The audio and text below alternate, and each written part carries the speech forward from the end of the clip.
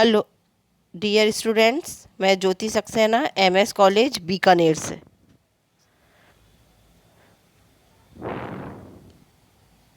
Students, नगरीय स्थानीय संस्थाओं के वित्तीय प्रशासन के बारे में हम बात कर रहे थे कि कैसे नगरीय स्थानीय संस्थाओं की आय होती है, कैसे चुंगी कर वगैरह उनको मिलता है। एक इसमें आगे की चलती है नगरीय स्थानीय संस्थाओं का बजट। नगरीय स्थानीय संस्थाओं क्या बजट 1 अप्रैल से 31 मार्च की अवधि में अनुमानित आय और व्यय के आंकड़े तैयार किए जाते हैं। उसके बाद ये वित्त समिति को प्रस्तुत किया जाता है। वित्त समिति निर्धारित तिथि से पहले सुझाव सहित बजट लौटाती है। वित्त समिति से निर्धारित समय पर बजट प्राप्त नहीं होने पर साधारण सभा के पास रखा जाता है। कुछ समय पहले तक साधारण समिति की सहमति के बाद बजट राज्य सरकार के पास भेजा जाता था। अब बजट राज्य सरकार के पास भेजना जरूरी नहीं है। 1 अप्रैल से नगरीय स्थानीय संस्थाओं को बजट के अनुरूप आय और व्यय के अनुमानों के अनुसार क्रियान्वयन किया जाता है। यह प्रक्रिया सभी राज्यों में अपनाई गई है। हर सार्वजनिक संस्था को आय और व्यय का रेखा रखना जरूरी है। लेखा वित्तीय प्रबंधन को नियंत्रण रखता है। सभी राज्यों में लेखा के संधारण की एक जैसी व्यवस्था है। लेखा के साथ साथ राजस्थान स्थानीय निधि लेखा परीक्षा अधिनियम 1959 पारित किया है। इसमें इसके अनुसार स्थानीय निधि लेखा परीक्षा विभाग की टीम साल में एक बार हर नगरीय स्थानीय संस्थाओं के लेखों का परीक्षण करती है। अंकेक्षण के बाद प्रतिवेदन तैयार करके संबंधित संस्था तो उसकी एक कॉपी निदेशक को दी जाती है। प्रतिवेदन की कॉपी प्राप्त होने के 2 महीने के अंदर अंदर उसकी अनुपालना करके प्रतिवेदन निदेशक स्थानीय निधि लेखा परीक्षक को भेजा जाता है। व्यवहार में ये देखा जाता है कि अनुपालना करने की बजाय अंकेक्षण प्रतिवेदन फाइल में की अनुपालना में बहुत ज़्यादा विलम्ब होता है। भारत में नगरीय स्थानीय संस्थाओं के वित्तीय प्रशासन की कुछ कमियां हैं। अमेरिका में अनुदान के माध्यम से स्थानीय संस्थाओं में भर्ती को निष्पक्ष बनाने के लिए प्रयोग किया गया था। इंग्लैंड की कोलेफील्ड समिति ने अनुदान में सुधार के लिए कुछ सुझाव दिए थे। अनुदान की राशि को आने वाले बहुत सालों के लिए सुनिश्चित किया जाए। अनुदान के वितरण में स्थिरता लाई जाए। अनुदान के निर्धारण और बजट के लिए समय निश्चित किया जाए। अनुदान एक मुश्त दिया जाए। भारत में नगरीय स्थानीय संस्थाएं बहुत सारी वित्तीय समस्याओं से ग्रसित है। उनमें से कुछ है इनके करों की सूची का अभाव। 74वें संविधान संशोधन ने इस नगरीय स्थानीय संस्थाओं को संवैधानिक दर्जा को दिया है, लेकिन इनके आय के स्रोतों के रूप में संविधान में इनके द्वारा जो कर लगाए जाते हैं उनको सूची में शामिल नहीं किया है। इन्हें राज्य सरकार की दया पर छोड़ दिया है। राज्य वित्त आयोग की कमियां। 74वें संविधान संशोधन ने राज्य वित्त आयोग का गठन किया है। ये आयोग कर, फीस आदि के वितरण की दर निर्धारित करती है। राज्य सरकार के इन आयोगों के गठन और इनकी सुविधाओं में कमी है। इनमें सत्ताधारी दल अपने चहेते आईएएस की नियुक्ति कर देते हैं। दायित्वों के अनुसार आय में वृद्धि नहीं होती।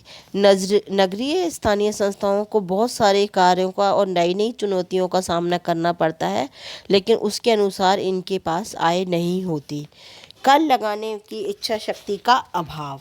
नगरीय स्थानीय संस्थाएं पूरे देश में ही शिकायत रहती है कि इन्हें कर लगाने की शक्ति नहीं दी है, ये कर नहीं लगा पाती। नवीन करों का निर्वाचित प्रतिनिधि विरोध करते हैं। यदि कोई कर लगाने से उसे अनुमति लेनी पड़ती है। नागरिकों का असहयोग। नगरीय स्थानीय संस्थाओं की वित्तीय समस्या सबसे बड़ी है कि उन्हें कार्य करने के लिए नागरिकों का सहयोग नहीं मिलता। ना ही ये नागरिक जागरूक होते हैं और ये नहीं चाहते कि उन्हें कोई नए कर उन पर लगाए जाएं। वो सुविधा तो चाहते हैं लेकिन कर देना नहीं चाहते। नैतिक मूल्यों की कमी। इस सार्वजनिक संस्थाओं से नैतिक मूल्य खत्म होते जा रहे हैं। जनप्रतिनिधि इस बात का प्रयास करते हैं कि इन संस्थाओं से कैसे वह व्यक्तिगत लाभ उठाएं। नैतिक मूल्य खत्म होने के कारण भ्रष्टाचार और वित्तीय संकट बढ़ता जा रहा है। नागरिक इन संस्थाओं में चुनाव जन सेवा की भावना से नहीं बल्कि रोजगार की भावना से लड़के हैं। वित्तीय नियमों की अवहेलना। कुशल वित्तीय प्रशासन के लिए कुछ नियम बनाए जाते हैं ताकि कार्यकुशलता बनी रहे, लेकिन नगरीय स्थानीय संस्थाओं में इन नियमों की अवहेलना की जाती है। उप बजट कैलेंडर से काम नहीं होता। लेखे रखने में बहुत सारी समस्याएं आती हैं। अंकेक्षण के समय टीम के सामने पूरे दस्तावेज नहीं रखे जाते। अंकेक्षण प्रतिवेदन की अनुपालना समय पर नहीं होती। ये सारी समस्याओं को देखते हुए हम नगरीय स्थानीय संस्थाओं के वित्तीय प्रशासन में सुधार के लिए कुछ सुझाव देना चाहेंगे। इन संस्थाओं के द्वारा जो कर लगाए जा रहे हैं उनकी सूची संविधान में शामिल की जाए। उन्हें राज्यों की मर्जी पर नहीं छोड़ा जाए। और नगरीय स्थानीय संस्थाओं को स्वायत्तता दी जाए। जो राज्य वित्त आयोग है उसमें सुधार किया जाए। इसके अध्यक्ष विशेषज्ञ को बनाया जाए। आयोग का एक ही बार अच्छे से गठन कर दिया जाए। इसका काम कार्यकाल ना तो बहुत लंबा हो ना ही बहुत कम हो। आयोग को सूचना सामग्री और आंकड़ों की भविष्य में आवश्यकता होती है, इसलिए उसकी तैयारी करके रखे जाए। कुछ करों को अनिवार्य बना दिया जाए। इससे जनता उनको चुकाने की अपनी एक आदत बना ले। कर, फीस और जुर्माने वसूले सुनिश्चित किए जाएं। जो भी कर्मचारी या अधिकारी कर, फीस को वसूल कर रहा है उसकी जिम्मेदारी सुनिश्चित हो। अगर वो उसमें उदासीन है तो उसके खिलाफ कार्रवाई की जाए। कर संबंधी सारी व्यवस्था को बिल्कुल सरल बनाया जाए, क्योंकि कर लगाने और भुगतान दोनों में बहुत जटिलता रहती है, और इसे सरल बनाया जाए और सरकार पर निर्भरता खत्म कर दी जाए। खर्चों को रोका जाए। नगरीय स्थानीय संस्थाओं के अधिकारी और जनप्रतिनिधि बहुत खर्चा करते हैं। स्वागत समारोह, मंत्री समारोह या राष्ट्रीय त्योहार पर जो समारोह होते हैं उन सबको रोका जाए। उन पर होने वाली सजावट को रोका जाए। भ्रष्टाचार पर रोक लगा दी जाए। जनप्रतिनिधि और कर्मचारियों की मिलीभगत से कर, फीस और जुर्माने की समय पर अगर वसूली हो जाती है तो वो सरकारी खाते में ना जाकर जनप्रतिनिधियों के खाते में चली जाती है। इसमें ये प्रयास किया जाए कि भ्रष्टाचार रुके और जो राशि है वो सरकारी कोष में ही जमा हो। साथ ही इसकी वित्तीय स्थिति को सुधारने के लिए ज़रूरी है कि प्रभावी नियंत्रण और पर्यवेक्षण रखा जाए। साथ ही राजनीतिक हस्तक्षेप को समाप्त कर दिया जाए, क्योंकि राजनेता अपने खुद के लाभ की पूर्ति के लिए हमेशा इन संस्थाओं की खिंचाई करते रहते हैं। ऐसे में यह सुनिश्चित किया जाए कि इन संस्थाओं के कार्य करते समय उन पर कोई भी राजनीतिक हस्तक्षेप नहीं हो। जनता को शिक्षित किया जाए। स्थानीय संस्थाओं की सफलता तभी होगी जब जनता जागरूक होगी और अपनी सक्रिय भागीदारी निभाएगी।